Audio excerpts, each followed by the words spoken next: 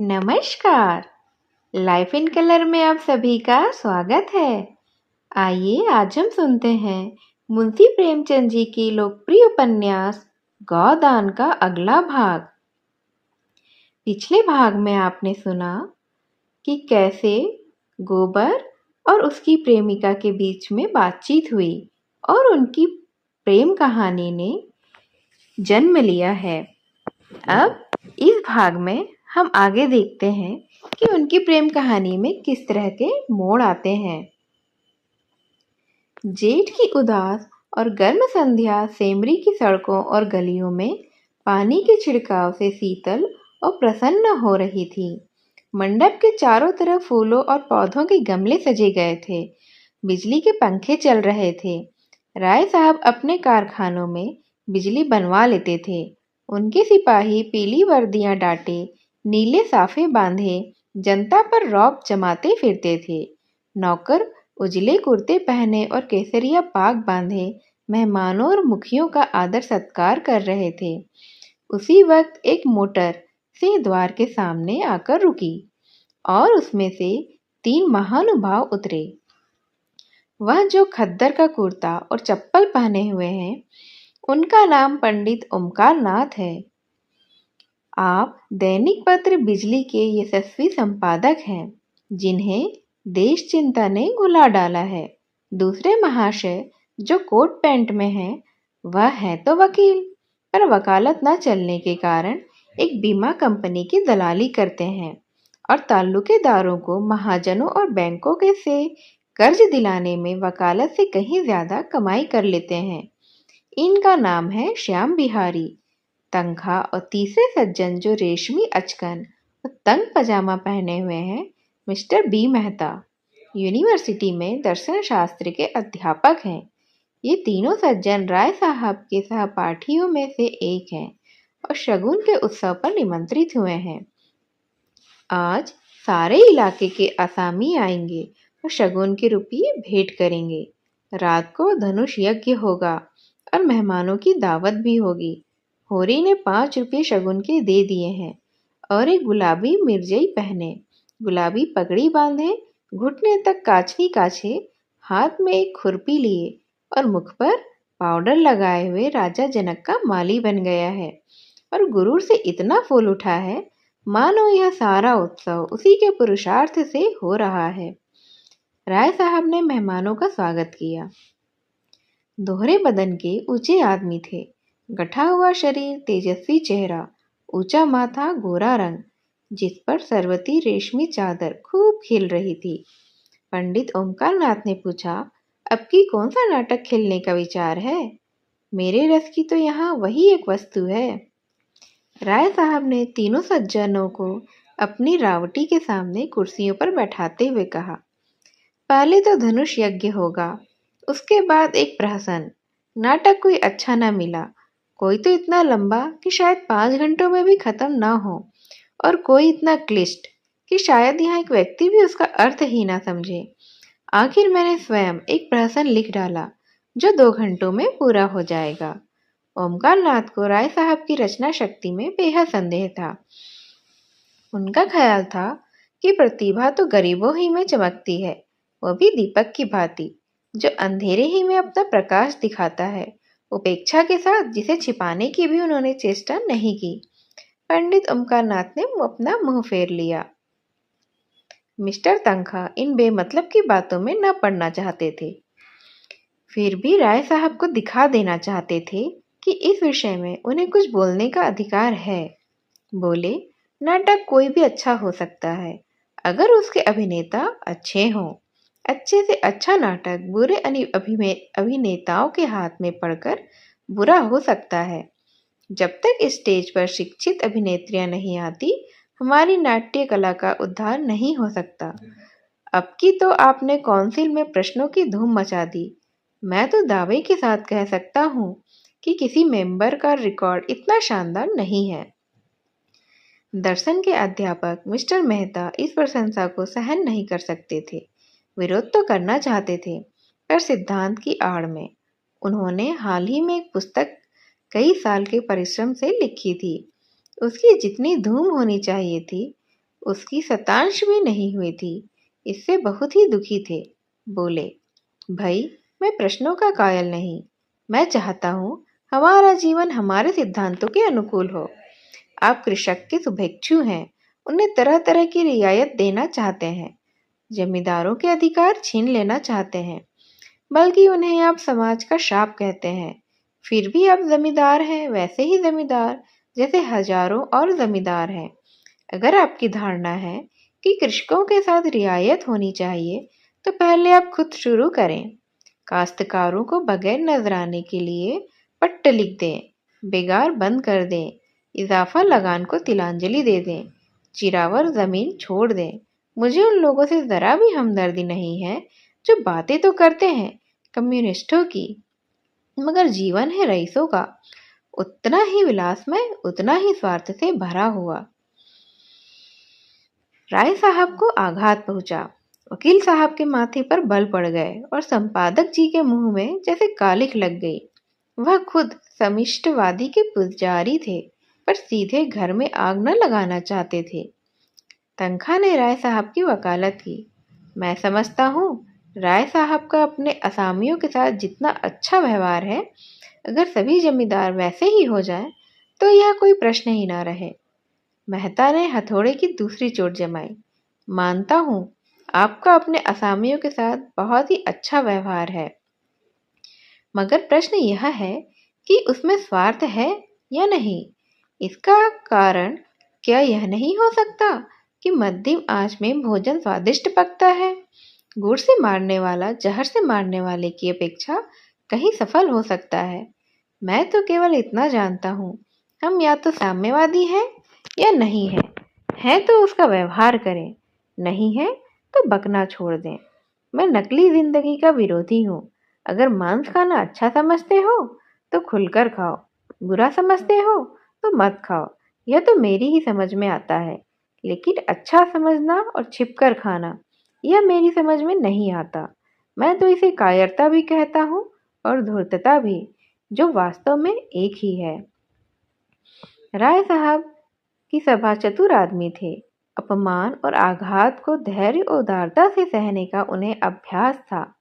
कुछ असमंजस में पड़े हुए बोले, आपका विचार बिल्कुल ठीक है मेहता जी। आप जानते हैं मैं आपकी साफगोई का कितना आदर करता हूँ, लेकिन आप यह भूल जाते हैं कि अन्य यात्राओं की भांति विचारों की यात्रा में भी पड़ाव होते हैं, और आप एक पड़ाव को छोड़कर दूसरे पड़ाव तक नहीं जा सकते। मानव जीवन का इतिहास इसका प्रत्यक्ष प्रमाण है। मैं उस वातावरण में पला हूँ जहाँ ईश्वर है और जमींदार ईश्वर का मंत्र। मैं स्वर्गवासी पिता असामियों पर इतनी दया करते थे कि पाले या सूखे में कभी आधा और कभी पूरा लगान माफ कर देते थे। अपने बखार से अनाज निकालकर असामियों को खिला देते थे। घर के गहने बेचकर कन्याओं के विवाह में मदद कर देते थे, मगर उसी वक्त तक जब तक प्रजा उनको सरकार और धर्मावतार कहती रहे, उन्हें अपना देवता समझकर उनकी पूजा करती रहे।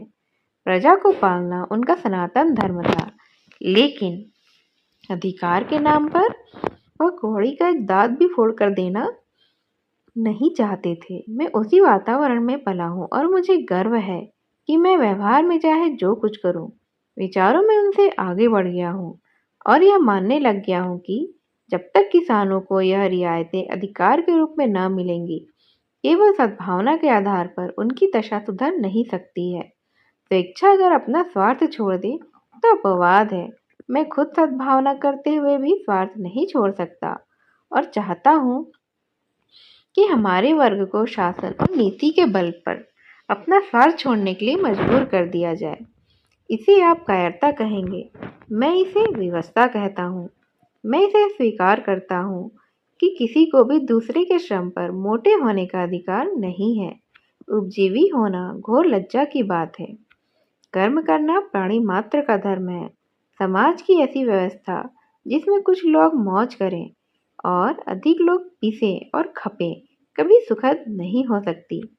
पूंजी और शिक्षा, जिसे मैं पूंजी का ही एक रूप समझता हूँ, इनकी कला जितनी जल्दी टूट जाए उतना ही अच्छा है। जिन्हें पेट की रोटी मैसर नहीं, उनके अफसर और नियोजक 10-10, 5-5 हजार फटकारे।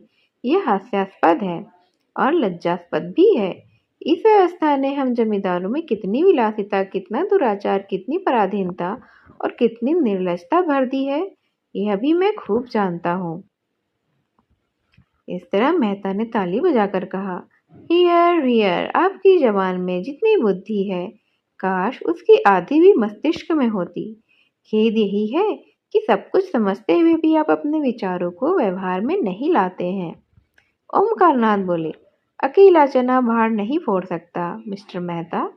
हमें समय के साथ चलना भी है और उसे अपने साथ चलाना भी है।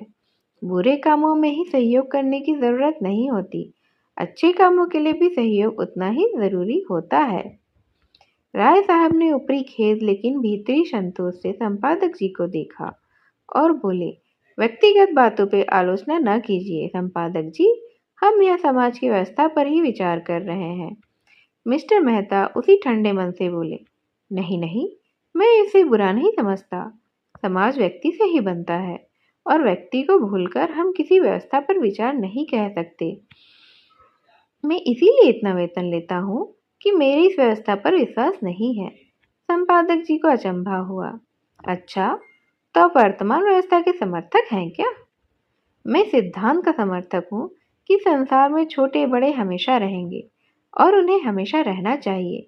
इसे मिटाने की चेष्टा करना मानव जाति के सर्वनाश का ही कारण है।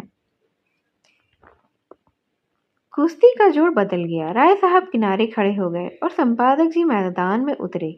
आप 20वीं शताब्दी में भी ऊंच नीच का भेद मानते हैं? जी हाँ, मानता हूँ और बड़े जोरों से मानता हूँ। आपकी बातें सुनकर मुझे आश्चर्य हो रहा है। आश्चर्य अज्ञान का ही दूसरा नाम है। मैं आपका कृतज्ञ हूँ। अगर आप इस विषय पर कुछ लेखमाला शुरू कर दें। जी, मैं इतना अहमक नहीं हूँ। अच्छी रकम दिलवाइए तो अलबत्ता। आपने सिद्धांत ही ऐसा लिया है कि खुले खजाने पब्लिक को लूट सकते हैं। मुझ में और आप में अंतर इतना ही है कि मैं जो कुछ मानता हूँ उस पर चलता हूँ। आप लोग मानते कुछ हैं, करते कुछ हैं। धन को आप किसी अन्याय से बराबर फैला सकते हैं, लेकिन बुद्धि को, चरित्र को, रूप को, प्रतिभा को और बल को बराबर फैलाना तो आपकी शक्ति के बाहर है। तस्तरी में पान आ चुके थे।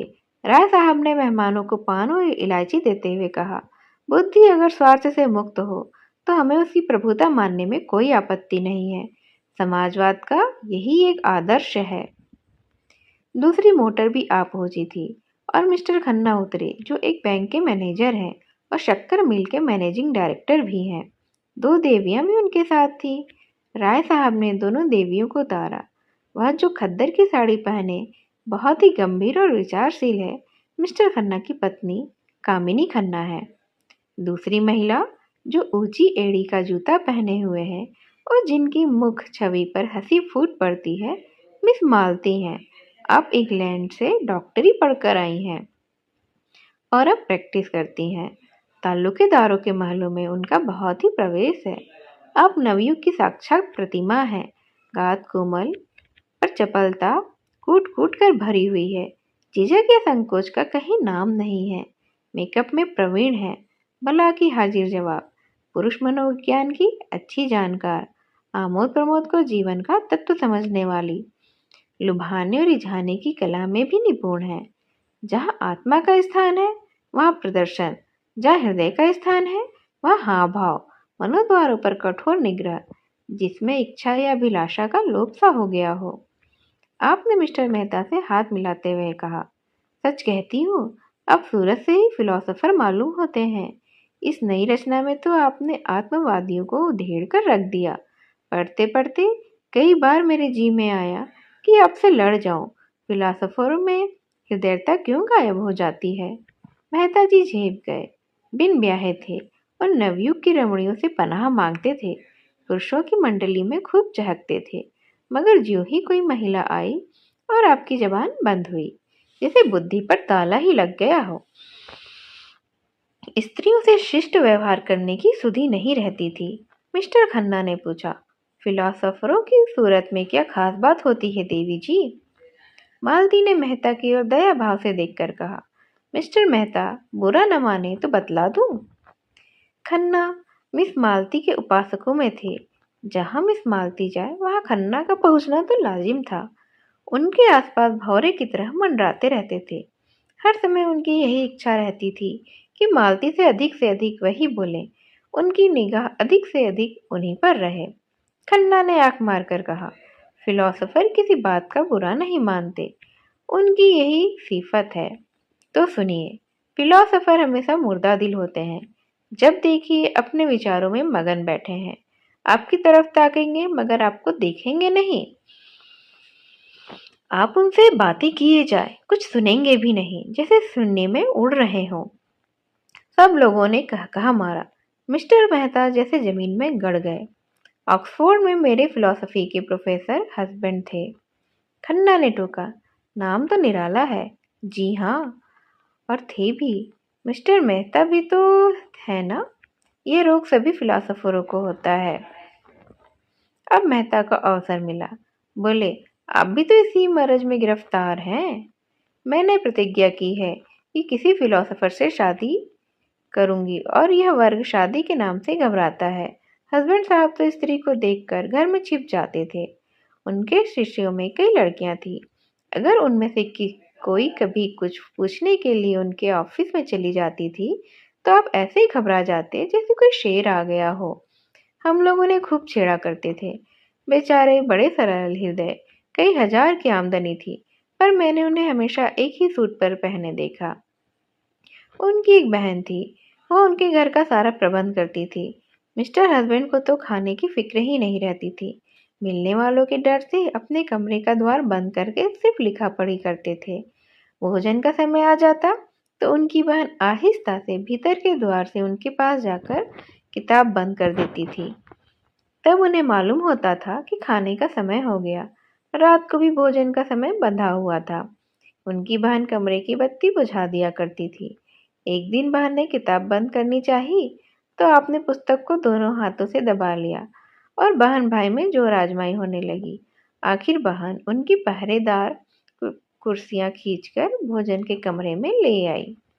राय साहब बोले, मगर मेहता साहब तो बड़े खुशमिजाज और मिलनसार हैं, नहीं इस हंगामे में क्यों आते। तो आप फिलोसोफर ना होंगे। जब अपनी चिंताओं से हमारे सिर में दर्द होने लगता है तो विश्व की चिंता सिर पर लाद कर कोई कैसे प्रसन्न रह सकता है भला। उधर संपादक जी श्रीमती खन्ना से अपने आर्थिक कठिनाइयों की कथा कह रहे थे। बस यूं समझिए श्रीमती जी कि संपादक का जीवन एक दीर्घ विलाप है, जिसे सुनकर लोग दया करने के बदले कानों पर हाथ रख लेते हैं, लेकिन उनकी कठिनाइयों की ओर किसी का ध्यान नहीं होता। हो तो वह सब कुछ है। उसे हर एक विद्या, हर एक कला में पारंगत होना चाहिए, लेकिन उसे जीवित रहने का अधिकार नहीं है। आप तो आजकल कुछ लिखती ही नहीं। आपकी सेवा करने का जो थोड़ा सौभाग्य मुझे मिल सकता है, उससे मुझे क्यों वंचित रखती हैं। मिसेज खन्ना को कविता लिखने का शौक था। इस नाते से संपादक जी की कभी कभी उनसे मुलाकात हो जाया करती थी, लेकिन घर के काम धंधों में व्यस्त रहने के कारण उन्हें कुछ दिनों से लिखने के लिए फुर्सत ही नहीं मिली थी। अब क्या लिखूं, कुछ सूझता ही नहीं। आपने कभी मिस मालती से कुछ लिखने को नहीं कहा। संपादक जी उपेक्षा के भाव से बोले, उसका समय मूल्यवान है कामिनी देवी। लिखते तो वो लोग हैं जिनके अंदर कुछ दर्द है, अनुराग है, लगन है और विचार है। जिन्होंने धन और भोग विलास को अपने जीवन का लक्ष्य बना लिया, वह भला क्या लिखेंगे। कामिनी ने ईर्ष्या मिश्रित विनोद से कहा, अगर आप उनसे कुछ लिखा सकें तो आपका प्रचार दोगुना हो जाएगा। लखनऊ में तो ऐसा कोई रसिक नहीं जो आपका ग्राहक न बन जाए। अगर धन मेरे जीवन का आदर्श होता तो आज मैं इस दशा में नहीं होता। मुझे भी धन कमाने की कला आती है। आज चाहूं तो लाखों कमा सकता हूँ, लेकिन यहाँ तो धन को कभी कुछ समझा ही नहीं। साहित्य की सेवा अपने जीवन का ध्येय है और हमेशा रहेगा। कम से कम मेरा नाम तो ग्राहकों में लिखवा दीजिए। आपका नाम तो ग्राहकों में नहीं, संरक्षकों में लिखूंगा। संरक्षकों में रानियों महारानियों को रखिएगा, जिनकी थोड़ी सी खुशामद करके आप अपने पत्र को लाभ की चीज बना सकते हैं। मेरी महारानी महारानी आप हैं। मैं तो आपके सामने किसी को हकीकत में नहीं समझता। जिसमें दया और विवेक है वह मेरी रानी है। खुशामद से मुझे तो घृणा है। कामिनी ने चुटकी ले ली। लेकिन मेरी खुशामद तो आप कर रहे हैं संपादक जी। संपादक जी ने गंभीर होकर श्रद्धापूर्ण स्वर में कहा, यह खुशामद नहीं है देवी जी, हृदय के सच्चे उद्गार है। राय साहब ने पुकारा, संपादक जी जरा इधर आइएगा, मिस मालती आपसे कुछ कहना चाहती हैं। संपादक जी की सारी अकड़ गायब हो गई। नम्रता और विनय की मूर्ति बने हुए आकर खड़े हो गए। मालती ने उन्हें सदैव नेत्रों से देखकर कहा, मैं अभी कह रही थी कि दुनिया में मुझे सबसे ज्यादा डर संपादकों से लगता है। आप लोग जिसे चाहे एक क्षण में बिगाड़ दें। मुझी से चीफ सेक्रेटरी साहब ने एक बार कहा, अगर मैं इस ब्लडी ओंकार नाथ को जेल में बंद कर सकूं तो अपने को भाग्यवान समझूं। ओमकार नाथ की बड़ी बड़ी मूछें खड़ी हो गई, आंखों में गर्व की ज्योति चमक उठी। यो वह बहुत ही शांत प्रकृति के आदमी थे, लेकिन ललकार सुनकर उनका पुरुषत्व उत्तेजित हो जाता था। दृढ़ता भरे स्वर में बोले, इस कृपा के लिए आपका कृतज्ञ हूँ। उस सभा में अपना जिक्र तो आता है, चाहे किसी भी तरह आए।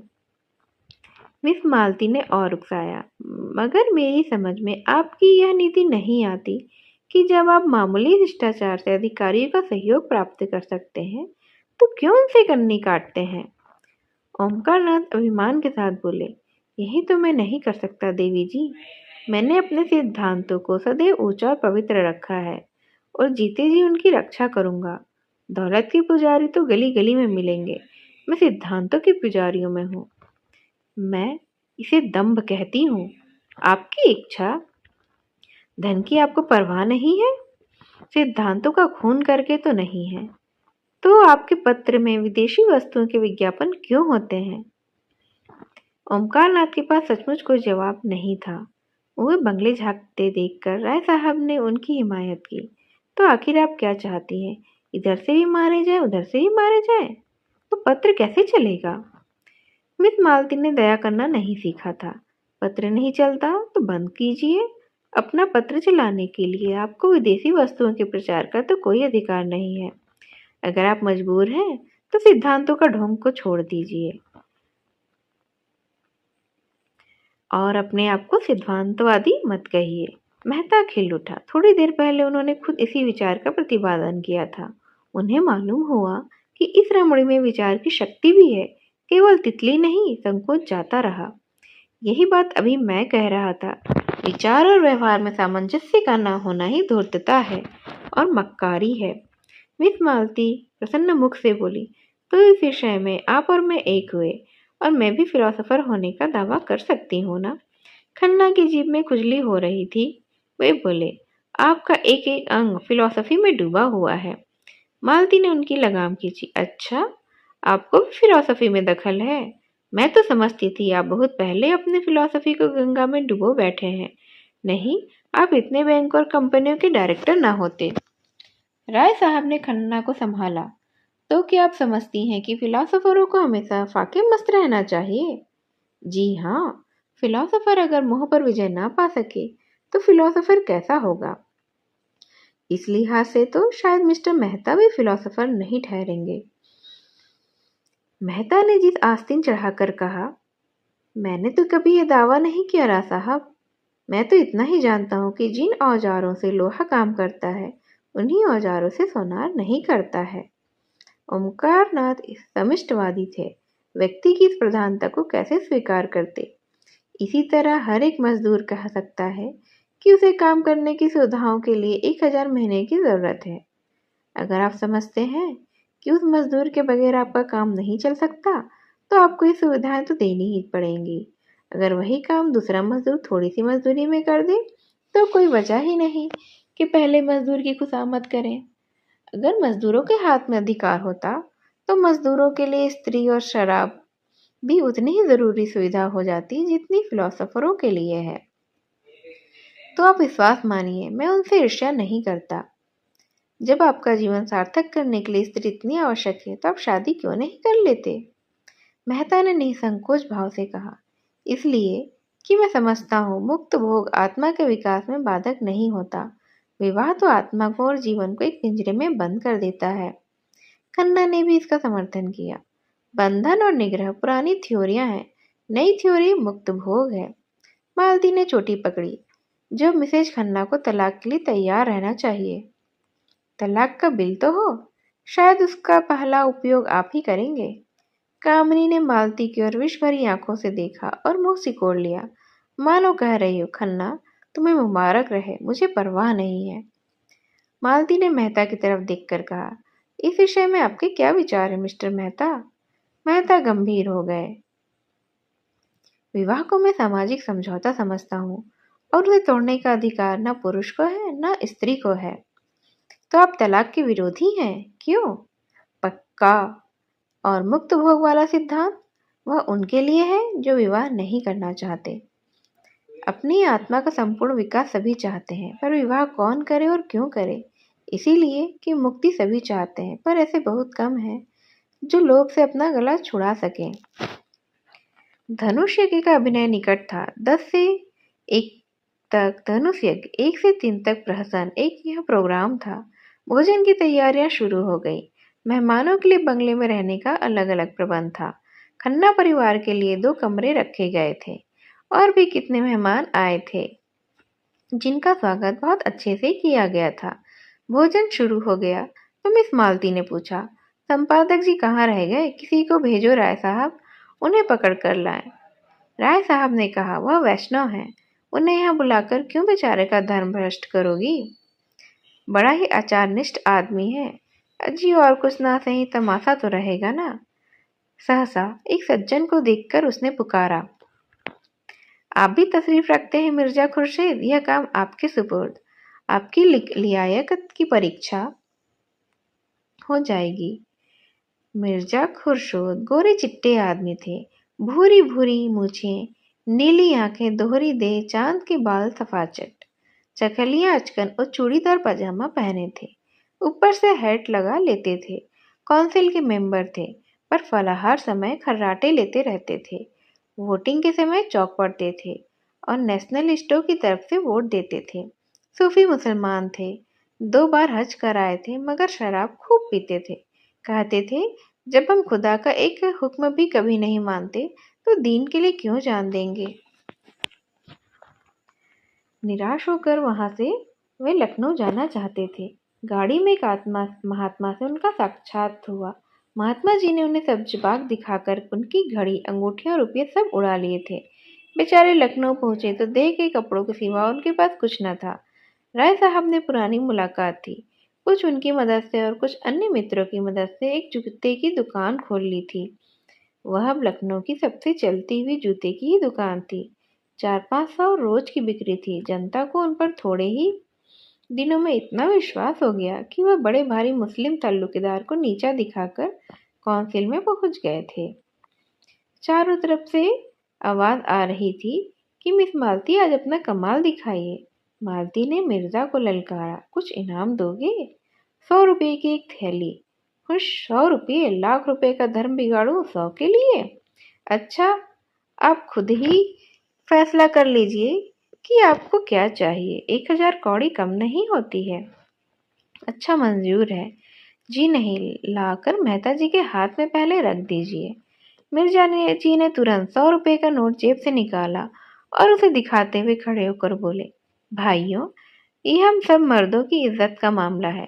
अगर मिस मालती की फरमाइश पूरी ना हुई तो हमारे लिए कहीं मुंह दिखाने की जगह नहीं रहेगी। अगर मेरे पास रुपये होते तो मैं मिस मालती की एक एक अदा पर 1-1 लाख रुपए कुर्बान कर देता। भाषण समाप्त करते ही मिर्जा जी ने हर एक की जेब की तलाशी शुरू कर दी।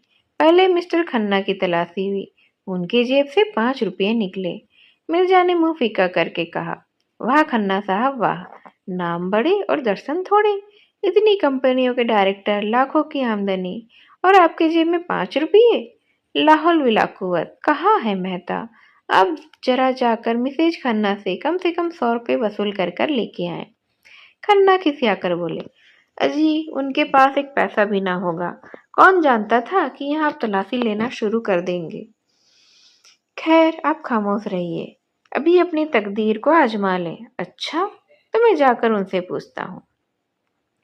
मेहता शराब पीकर मस्त हो जाते थे। उसी मस्ती में उनका दर्शन उड़ जाता था और विनोद सजीव हो जाता था।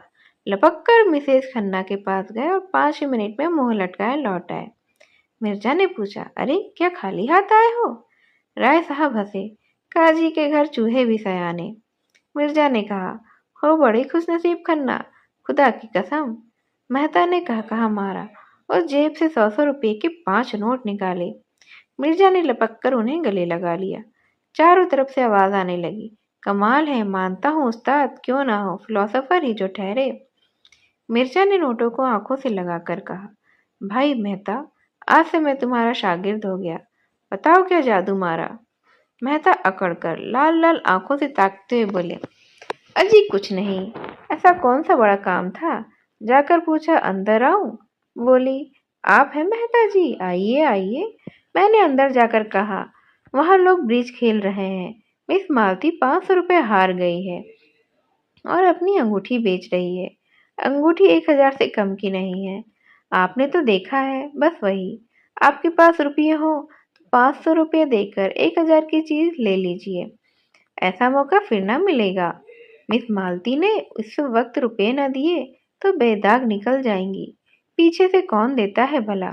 शायद इसीलिए उन्होंने अंगूठी निकाली है कि 500 रुपये किसके पास धरे होंगे।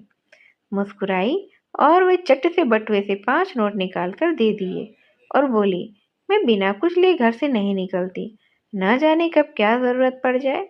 खन्ना खिसियाकर बोले, जब हमारे प्रोफेसरों का यह हाल है तो यूनिवर्सिटी का ईश्वर ही मालिक है।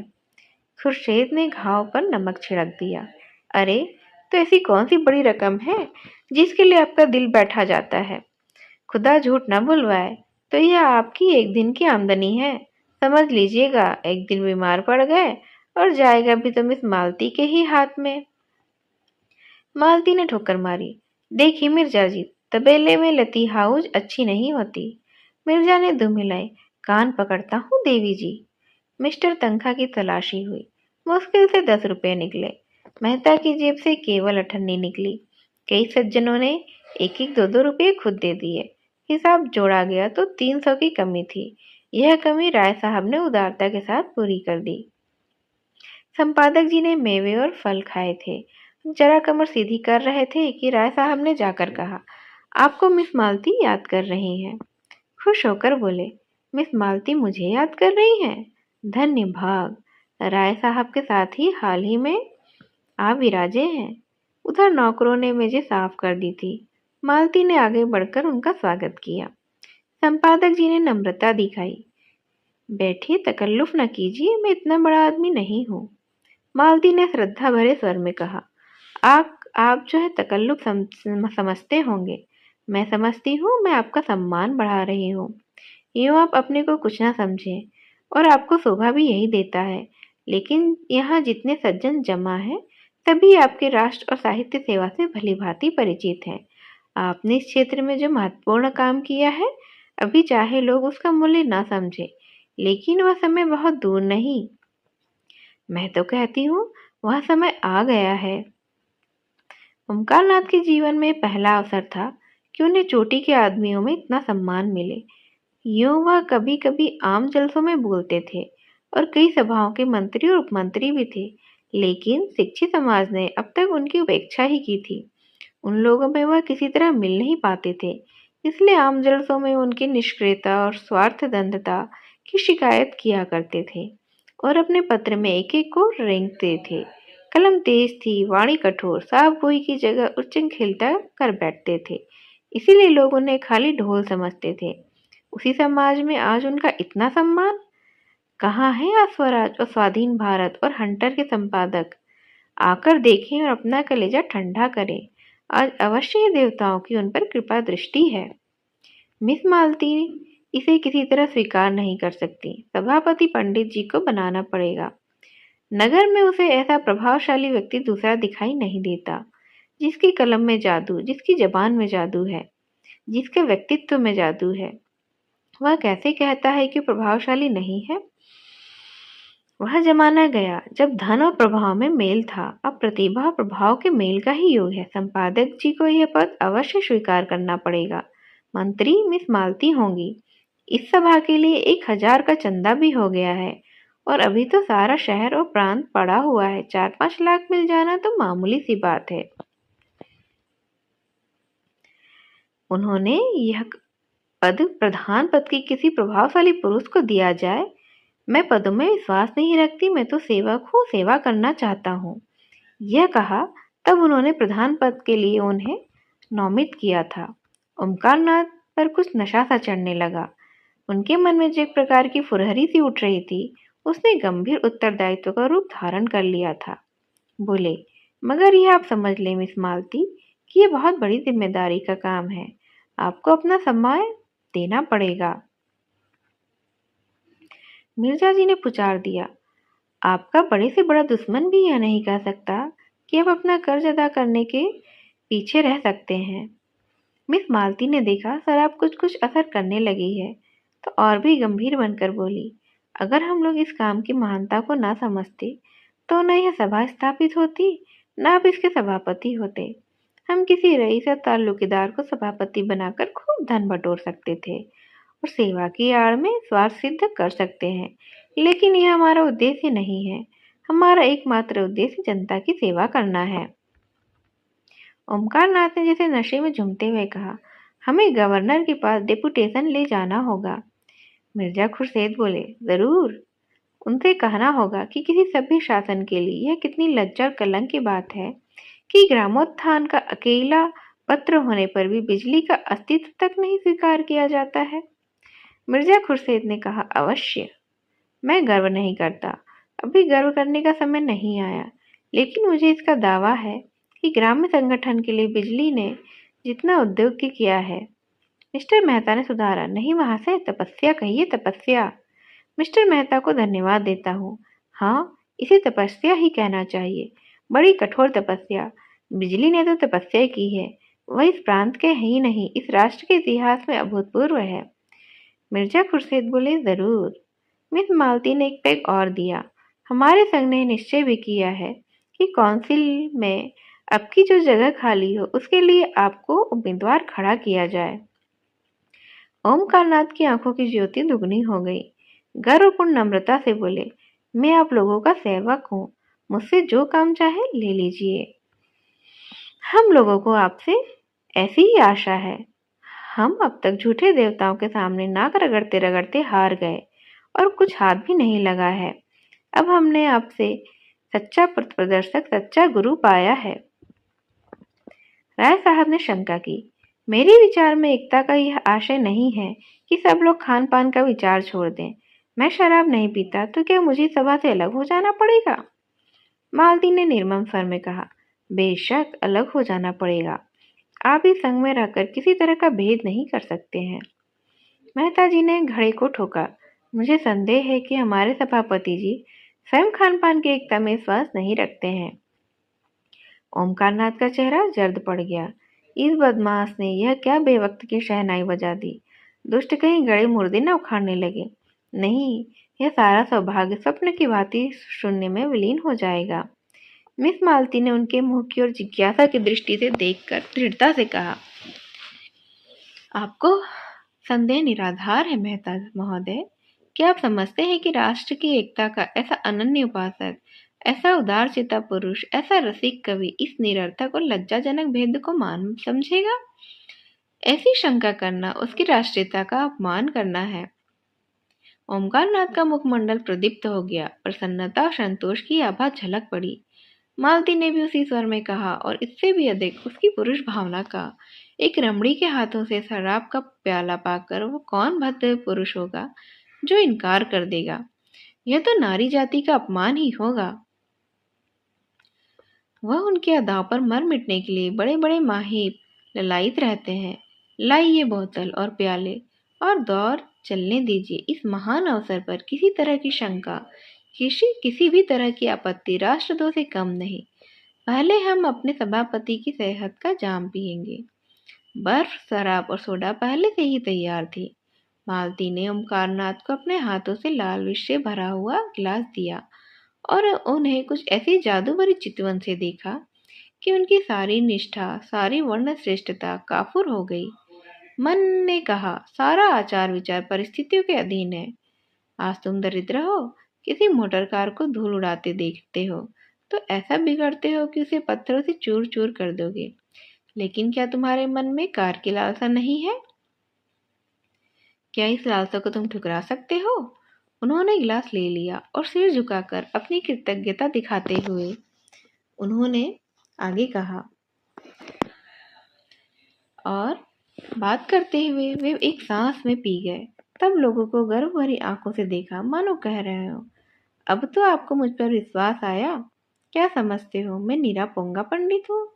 अब तो मुझे दम्भी और पाखंडी कहने का साहस नहीं कर सकते। हॉल में ऐसा शोरगुल मचा कि कुछ न पूछो, जैसे पिटारे में बंद कह कहे निकल पड़े हो।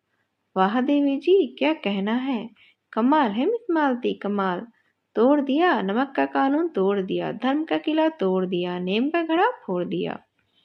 ओमकार नाथ के कंठ के नीचे शराब का पहुंचना था कि उनकी रसिकता वाचाल हो गई। मुस्कुरा कर बोले, मैंने अपने धर्म की थाती मिस मालती के कोमल हाथों में सौंप दी है और मुझे विश्वास है यह उसकी यथोचित रक्षा करेंगी।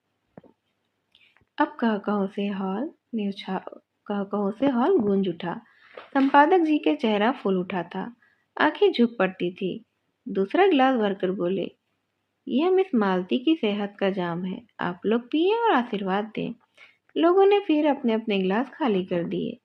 उसी वक्त मिर्जा खुर्शीद ने एक माला लाकर संपादक जी के गले में डाल दी और बोले, सज्जनों, फिदवी ने अभी अपने पूज्य सदर साहब की शान में एक कसीदा कहा है, आप लोगों की इजाजत हो तो सुनाओ। सब ने कहा, हाँ हाँ सुनाइए। ओमकार नाथ भंग तो आए दिन पिया करते थे और उनका मस्तिष्क इसका अभ्यस्त भी हो गया था, मगर शराब पीने का उन्हें पहला ही अवसर था। भंग का नशा मंथर गति से एक स्वप्न की भांति आता है और मस्तिष्क पर मेघ के समान छा जाता है। उनकी चेतना बनी रहती थी। उन्हें खुद मालूम होता था कि इस समय उनकी वाणी बड़ी लच्छेदार होती है और उनकी कल्पना बहुत ही प्रबल है। शराब का नशा उनके ऊपर सिंह की भांति झपटा। वो दबोच बैठा था। वह कहते कुछ और थे, मुंह से निकलता कुछ और ही जाता था। मिर्जा ने हाथ जोड़कर कहा, हुजूर, अब तो तारीफ करना बंद करिए। संपादक जी ने लाल पर ज्योतिहीन नेत्रों से देखा। तुम हमारी तारीफ करने की कोशिश कर रहे हो? बोलो, हमारी तारीफ की? हम किसी के नौकर नहीं है, किसी के बाप के नौकर नहीं है, किसी साले का दिया नहीं खाते। हम खुद संपादक हैं। हम बिजली का संपादक है। हम सबको तारीफ करेगा। देवी जी, हम तुम्हारी तारीफ नहीं करेगा। हम कोई बड़ा आदमी नहीं है, हम सबका गुलाम है। ये कहते हुए मालती के चरणों की तरफ झुके और मुंह के बल फर्श पर गिर पड़े। मिर्जा खुर्शीद ने दौड़कर उन्हें संभाल लिया। वो कुर्सियां हटाकर वहीं जमीन पर लेटा दिया था। राय साहब ने कहा, कल देखना कितना बिगड़ता है। एक एक को अपने पत्र में रगेदेगा और ऐसा रगेदेगा कि आप भी याद करेंगे। कई आदमी ने संपादक जी को उठाया और ले जाकर उनके कमरे में लिटा दिया। उधर पंडाल में धनुषी यज्ञ हो रहा था। कई बार इन लोगों को बुलाने के लिए आदमी आ चुके थे। कई हुक्काम भी पंडाल में आ पहुंचे थे। लोग उधर जाने के लिए तैयार हो रहे थे कि सहसा एक अफगान आकर खड़ा हो गया था।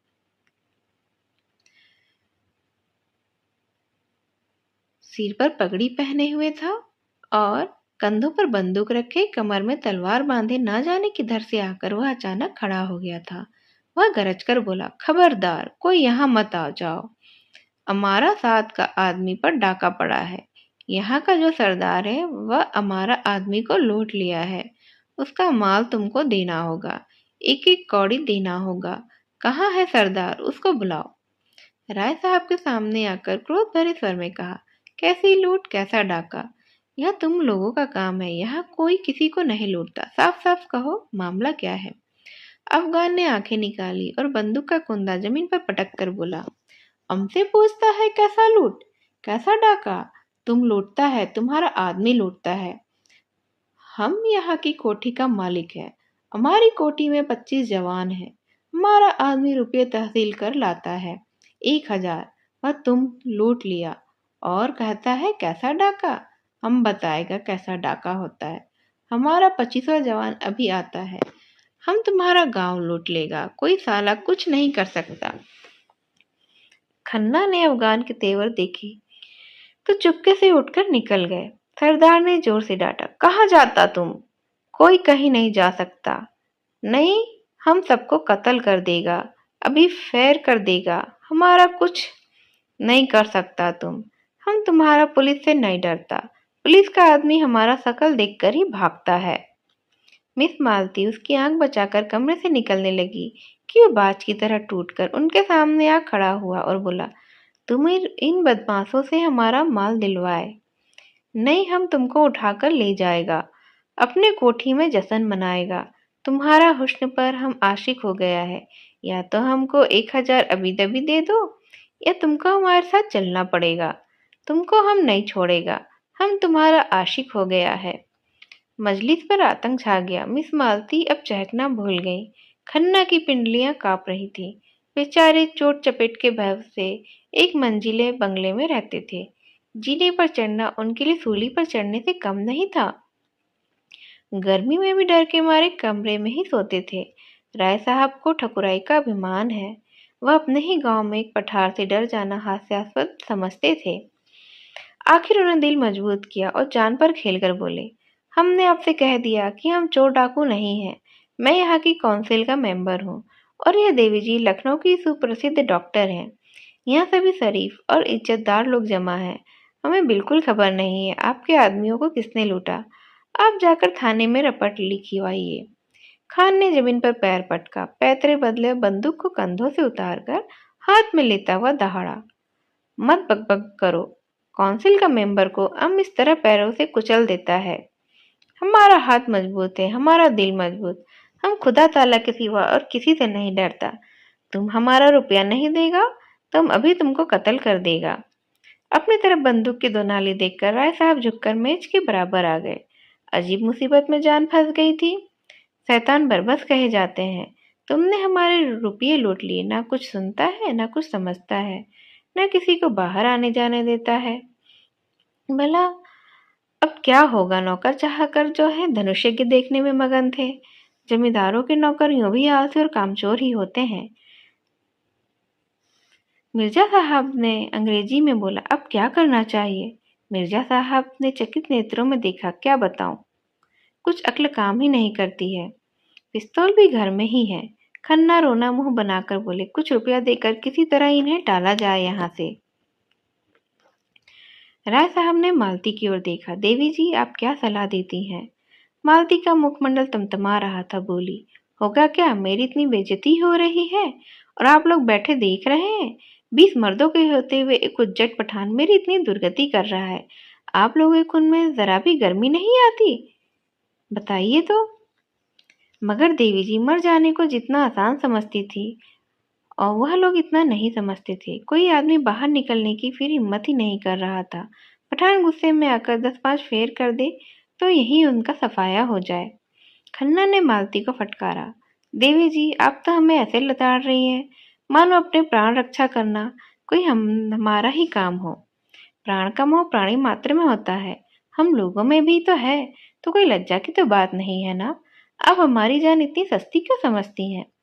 राय साहब ने गर्म होकर कहा, अगर इसने देवी जी को हाथ लगाया तो चाहे मेरी लाश यहीं तड़पने लगे, मैं उससे भिड़ जाऊंगा। आखिर वह भी एक आदमी है। मिर्जा साहब ने संदेह से सिर हिलाकर कहा, राय साहब आप अभी तो इन सबों के मिजाज से वाकिफ नहीं है। ये फैर करना शुरू करेगा तो फिर किसी को जिंदा नहीं छोड़ेगा। मिस्टर तनखा बेचारे आने वाले चुनाव की समस्या सुलझाने आए थे। 10-5 हजार का वारा न्यारा करके घर जाने का स्वप्न देख रहे थे। यहाँ तो जीवन का पर संकट ही आ पड़ा। बोले, सबसे सरल उपाय यही है जो भी खन्ना जी ने बतलाया। 1000 की ही बात है और रुपये मौजूद हैं, तो आप लोग क्यों इतना सोच विचार कर रहे हैं? मिस मालती ने तनखा को तिरस्कार भरी आंखों से देखा। आप लोग इतने कायर हैं, मैं तो यह ना समझती थी। मैं भी यह ना समझता था कि आपको इतने रुपए प्यारे हैं, और वह भी मुफ्त के। जब आप लोग मेरा अपमान देख सकते हैं तो अपने घर की स्त्रियों का अपमान भी देख ही सकते होंगे। तो आप भी पैसे के लिए अपने घर के पुरुषों को क्या होम में दे देंगी? खान इतनी देर तक झल्लाया हुआ सा इन लोगों की गिटपिट ही सुन रहा था। एकाएक गरज कर बोला, हम अब नहीं मानेगा। हम इतनी देर से यहाँ खड़ा है, तुम लोग कोई जवाब नहीं देता है। हम सबको यहीं मार देगा। तुम रुपया नहीं देता, हम सीटी बजाएगा, हमारा 25 जवान आ जाएगा। फिर आंखों में प्रेम की ज्वाला भरकर उसने मिस मालती को देखा। तुम हमारे साथ चलेगा दिलदार, हम तुम्हारे ऊपर फिदा हो गया है। सच्चा इश्क क्या है हम दिखा देगा।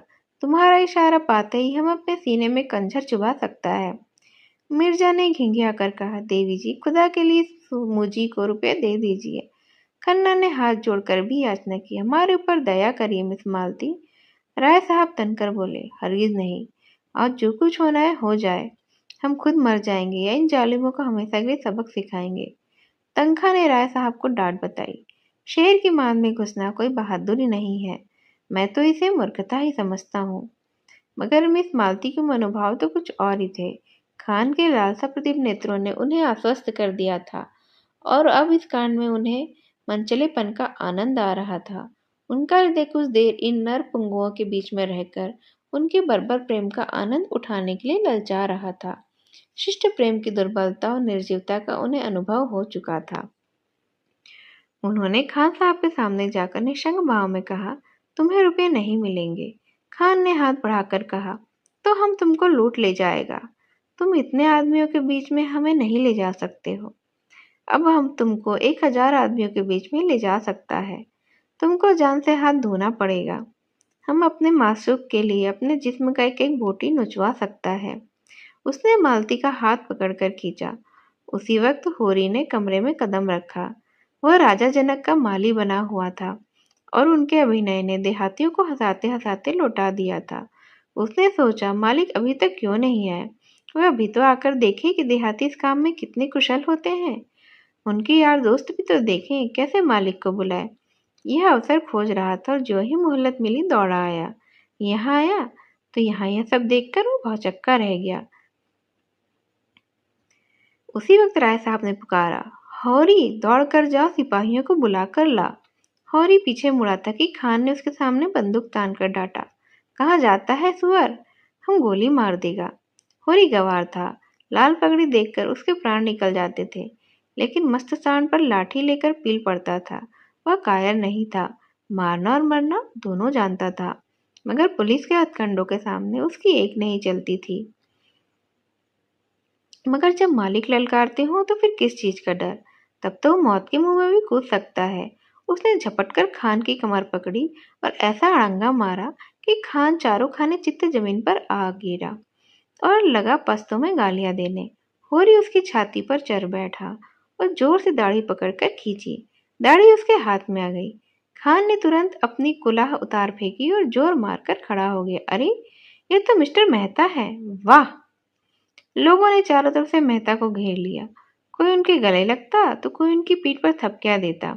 और मिस्टर मेहता के चेहरे पर न हंसी थी न गर्व, चुपचाप खड़े थे, मानो कुछ हुआ ही नहीं। मालती ने नकली रोष से कहा, आपने ये बहरूपपन कहाँ से सीखा?